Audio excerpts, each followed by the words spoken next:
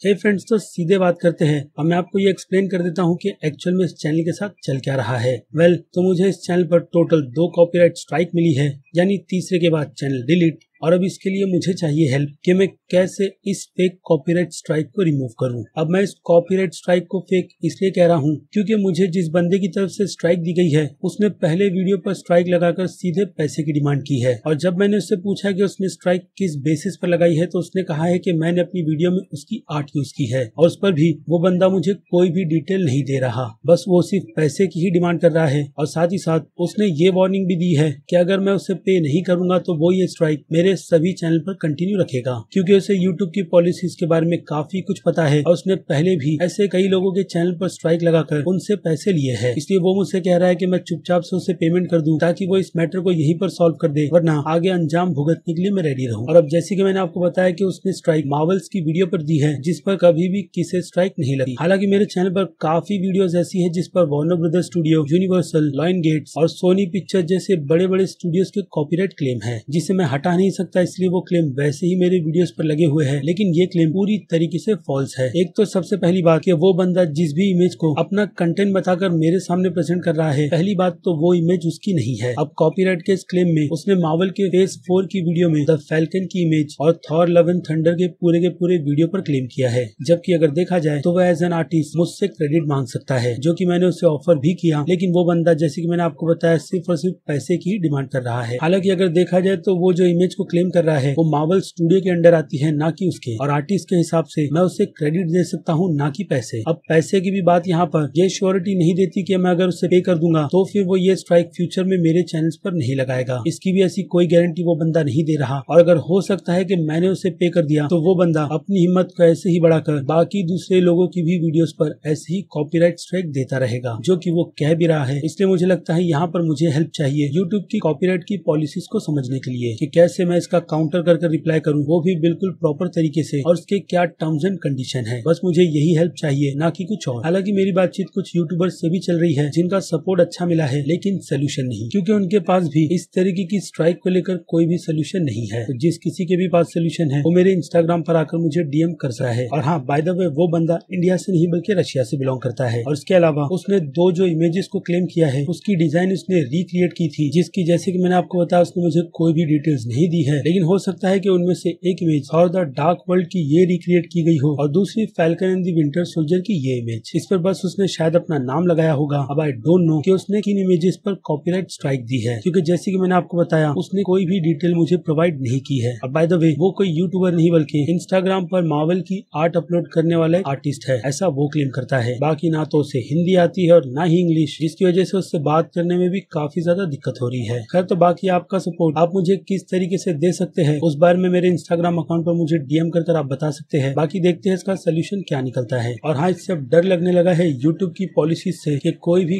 कभी भी आकर किसी की भी मेहनत पर ऐसे काफी आसानी से पानी फेर सकता है। और अब लगता है कि इससे मजबूर होकर मुझे फेस कैम वाली ही वीडियो ज्यादा बनानी पड़ेगी ताकि फ्यूचर में ऐसी कोई प्रॉब्लम ना हो। लेकिन फिलहाल तो अभी इस प्रॉब्लम से निकलना होगा, जिसमें अगर सक्सेस हुए तो ठीक, वरना तीसरी स्ट्राइक के बाद ये चैनल बंद हो जाएगा, और साथ ही साथ मेरी उम्मीद भी। चलिए, तो जल्दी से जल्दी इस प्रॉब्लम को सॉल्व करके फिर से वीडियो अपलोड करने पर आ जाते हैं, जो कि ऑलरेडी मैंने पहले ही कर रखी है, और शायद अपने टाइम पर वो वीडियोस अपलोड हो भी जाएगी। तब तक के लिए बाय।